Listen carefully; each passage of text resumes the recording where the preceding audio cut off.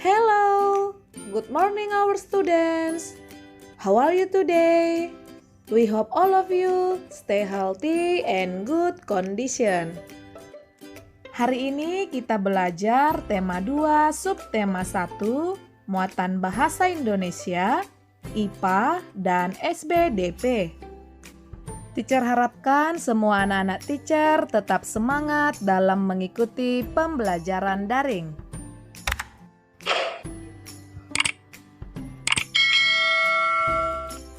Nah, untuk pembelajaran pertama kita awali dengan muatan bahasa Indonesia. Materi akan dijelaskan oleh Teacher Wanti. Anak-anak teacher silahkan membuka buku paket Bahasa Indonesia halaman 25.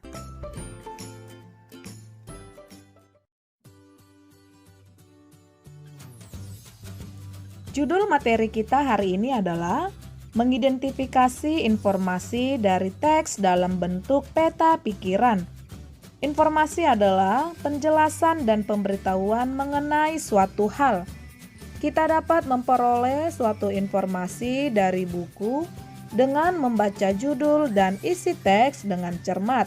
Nah, teacher ingatkan kembali, peta pikiran adalah cara menyajikan suatu informasi dalam bentuk kata kunci dan diagram.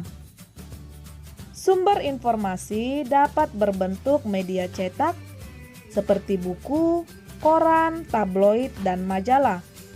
Atau bisa juga berbentuk media elektronik seperti radio, televisi, dan internet. Sebuah informasi biasanya mengandung aspek kata tanya, yaitu adik Simba, apa, siapa, di mana, kapan, mengapa, dan bagaimana.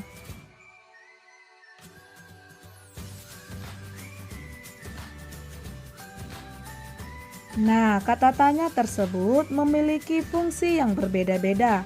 Contohnya kata tanya apa, menunjukkan penjelasan mengenai suatu hal atau benda. Kata tanya siapa, menunjukkan nama orang, jabatan, atau pekerjaan.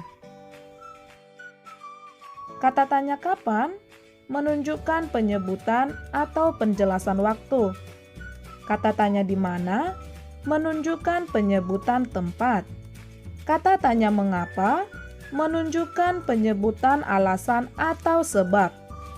Dan selanjutnya adalah kata tanya bagaimana, menunjukkan keterangan cara atau proses, penjelasan ciri-ciri atau karakter tokoh. Jadi anak-anak teacher, itulah beberapa aspek-aspek dalam informasi. Informasi yang terdapat dalam media cetak maupun media elektronik bisa diuraikan secara lebih detail ke dalam 6 jenis aspek tersebut. Sampai di sini pembelajaran kita muatan bahasa Indonesia. Teacher harapkan semua anak-anak teacher sudah memahaminya. Jika belum paham, boleh ditanyakan kembali kepada Teacher Wanti. Atas perhatiannya, teacher ucapkan terima kasih. Tuhan Yesus memberkati. Shalom. Shalom Bapak dan Ibu. Selamat pagi anak-anak teacher seluruhnya. Kita lanjut pembelajaran kita muatan IPA bersama Teacher Ria. Teacher harapkan semua anak-anak teacher tetap semangat dalam belajarnya, meskipun belajar dari rumah. Hari ini kita akan belajar organ pernapasan pada hewan. Yang pertama, cacing atau vermes. Cacing bernapas menggunakan seluruh permukaan kulitnya. Ini dikarenakan cacing hidup di dalam tanah. Permukaan kulit yang basah menyerap oksigen. Oksigen kemudian langsung menyatu dengan darah. Perhatikan gambar cacing berikut ini. Cacing bernapas menggunakan kulit. Kulit bagian luarnya berfungsi untuk menyalurkan oksigen, sedangkan kulit bagian dalamnya atau yang berwarna hitam tersebut berfungsi untuk menyalurkan karbon dioksida.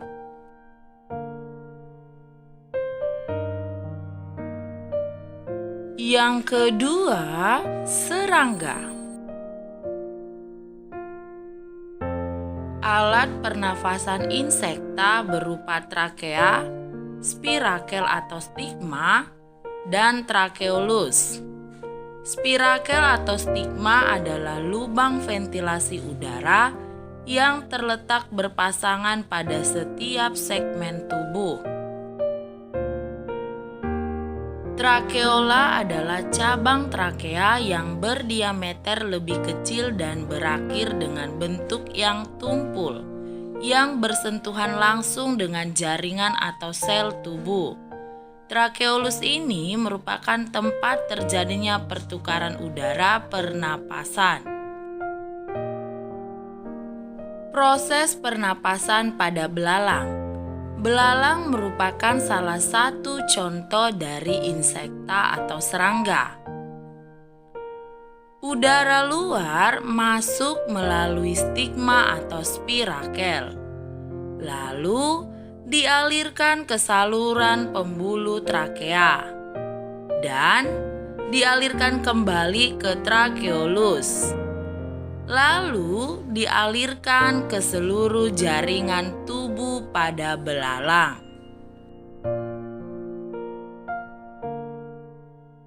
3. Ikan. Ikan bernapas menggunakan insang. Insang terletak di sisi kanan dan kiri kepala ikan. Bentuknya seperti lembaran-lembaran tipis. Warnanya merah karena mengandung pembuluh darah. Untuk menarik nafas, ikan membuka mulut dan menutup insang. Oksigen kemudian masuk lewat mulut menuju insang. Oksigen diserap oleh pembuluh darah pada insang. Kemudian katup insang terbuka, mengeluarkan karbon dioksida dan air. Pada saat mengeluarkan karbon dioksida, mulut ikan tertutup. Perhatikan gambar anatomi insang berikut ini. Insang berwarna merah dan tampak seperti lembaran-lembaran. Karena di insang terdapat pembuluh darah. Insang merupakan organ pernapasan pada ikan.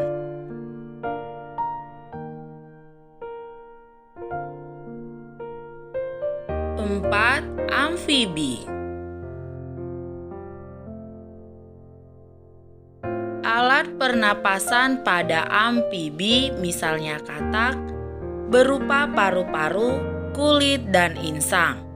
Pada tahap larva atau berudu, hewan ini bernapas dengan insang luar. Paru-paru katak berjumlah sepasang. Struktur paru-paru katak berupa kantong tipis yang elastis, dilengkapi dengan lipatan-lipatan pada permukaan dinding dalamnya, yang berguna untuk memperluas permukaan. Pada permukaan dinding dalam terdapat kapiler-kapiler darah yang berfungsi mengangkut oksigen dari paru-paru ke jaringan-jaringan lain dan melepas karbon dioksida ke paru-paru. Perhatikan proses pernapasan pada katak berikut ini. Udara masuk melalui rongga hidung. Pengambilan udara dengan keadaan otot rahang bawah yang mengendur. Otot sternohideus berkontraksi sehingga udara masuk ke rongga mulut. Udara masuk ke paru-paru dan terjadi pertukaran antara oksigen dan karbon dioksida. Kontraksi otot sternohideus dan otot perut sehingga rongga perut mengecil. Udara keluar melalui koane. 5. Reptil. Secara umum reptil bernapas menggunakan paru-paru. Tetapi pada beberapa reptil, pengambilan oksigen dibantu oleh lapisan kulit di sekitar kloaka. Pada reptilia umumnya, udara luar masuk melalui lubang hidung, trakea, bronkus, dan akhirnya ke paru-paru. Lubang hidung pada reptil terdapat di ujung kepala. Trakea dan bronkus berbentuk panjang dan dibentuk oleh cincin-cincin tulang rawan. Tempat percabangan trakea menjadi bronkus disebut bifurcatio trakea. Bronkus masuk ke dalam paru-paru dan tidak bercabang-cabang lagi. Paru-paru reptil berada pada rongga dada dan dilindungi oleh tulang rusuk. Paru-paru reptil lebih sederhana, hanya dengan beberapa lipatan dinding yang berfungsi untuk memperbesar permukaan pertukaran gas. Pada reptil, pertukaran gas tidak efektif. Perhatikan gambar kadal dan ular berikut ini. Pada kadal terdapat lubang hidung, trakea, dan paru-paru. Sedangkan ular hanya terdapat paru-paru. 6. Burung. Sistem pernapasan burung terdiri dari trakea, bronkus, paru-paru, dan juga kantung udara. Udara yang dihirup oleh burung masuk ke dalam trakea atau tabung yang memanjang dari hidung ke tenggorokan. Trakea biasanya sepanjang leher burung, namun beberapa burung memiliki trakea yang sangat panjang. Trakea burung dapat menampung udara dalam jumlah besar. Aliran udara dari trakea kemudian mengalir ke bronkus primer yang kemudian dibagi menjadi 2 jalur. Kemudian udara masuk ke paru-paru di mana terjadi pertukaran gas. Perhatikan gambar berikut ini. Burung memiliki kantung udara atau yang disebut dengan pundi-pundi udara. Pundi-pundi udara merupakan tempat untuk menyimpan oksigen sehingga pada saat terbang, burung dapat tetap bernafas.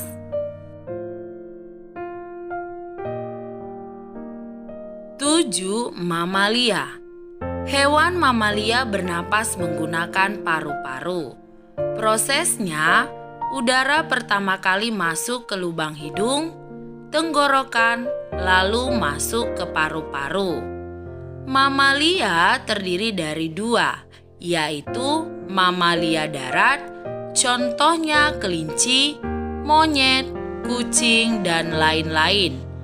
Mamalia air, paus, anjing laut, dugong, dan singa laut. Cukup sekian pembelajaran kita hari ini. Kiranya apa yang kita pelajari dapat dimengerti dan dipahami oleh seluruh anak-anak teacher yang ada di rumah. Tuhan Yesus memberkati kita semuanya. Shalom and good morning, my dear students. How are you today? I hope you are fine and stay healthy. Nah, anak-anak teacher, topik kita hari ini adalah tangga nada. Nah, sekarang kita akan membahas tentang 1. Pengertian nada, 2. Mengenal tangga nada, yang ketiga, tangga nada dasar. Selanjutnya, A. Pengertian nada. Tahukah anak teacher, nada adalah bagian terkecil dari sebuah lagu.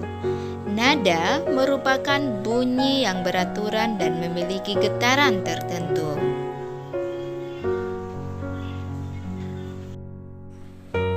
Nah, anak teacher, nada dalam seni musik dapat dibedakan menjadi 2 bagian. Yang pertama yaitu notasi angka. Notasi angka adalah sistem penulisan lagu yang menggunakan simbol angka-angka. Nah, Nana teacher bisa lihat contohnya. Do, re, mi, fa, sol, la, si, do. Sekarang lihat gambar di atas yang dilambangkan dengan angka 1 sampai 7 dan nada paling tinggi itu di huruf I. Nah, Nana teacher, angka 0 dalam notasi angka memiliki makna diam atau istirahat. Notasi angka ini sangat cocok dipakai untuk pembelajaran vokal atau menyanyi. Nah, selanjutnya yang kedua ada notasi balok. Nah, notasi balok itu adalah simbol atau tanda untuk menyatakan tinggi rendahnya suara yang dilambangkan dengan gambar. Nah, Nana teacher, adapun notasi balok dilambangkan dengan simbol sebagai berikut. Nah, Nana teacher bisa perhatikan gambar di atas. Nah, di sana ada gambar balok. Ada tangkai, ada bendera, dan ada kepala. Notasi balok ini sangat cocok dipakai untuk bermain musik. Anak-anak teacher bisa perhatikan notasi balok di atas. Nah, do, re, mi, fa, sol, la, si, do. Notasi balok dapat dilambangkan dengan huruf C, D, E, F, G, A, B, C. Nah, Nana teacher bisa membedakannya ya dengan melihat gambar notasi balok tersebut. Nah, anak-anak teacher, mari kita bahas kembali lagi tangga nada. Nah, untuk contoh tangga nada, anak-anak teacher bisa lihat gambar do, re, mi, fa, sol, la, si, do.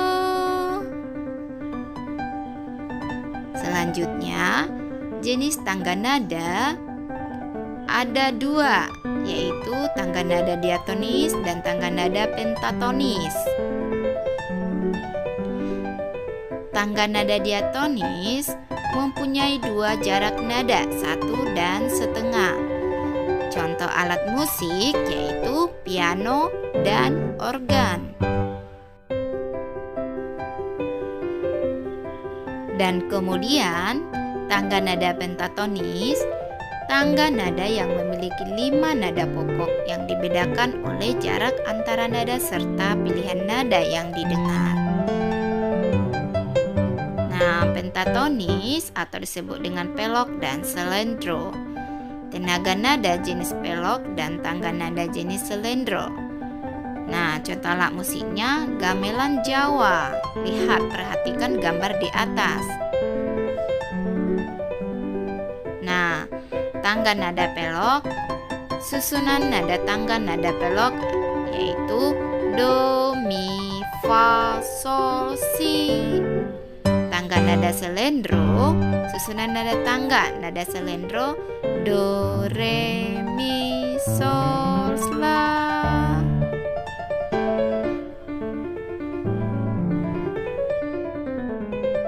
Okay, my dear students, enough for discussion today. I hope you all understand about our topic today. Thank you for good attention. See you next video. God bless you. Bye bye.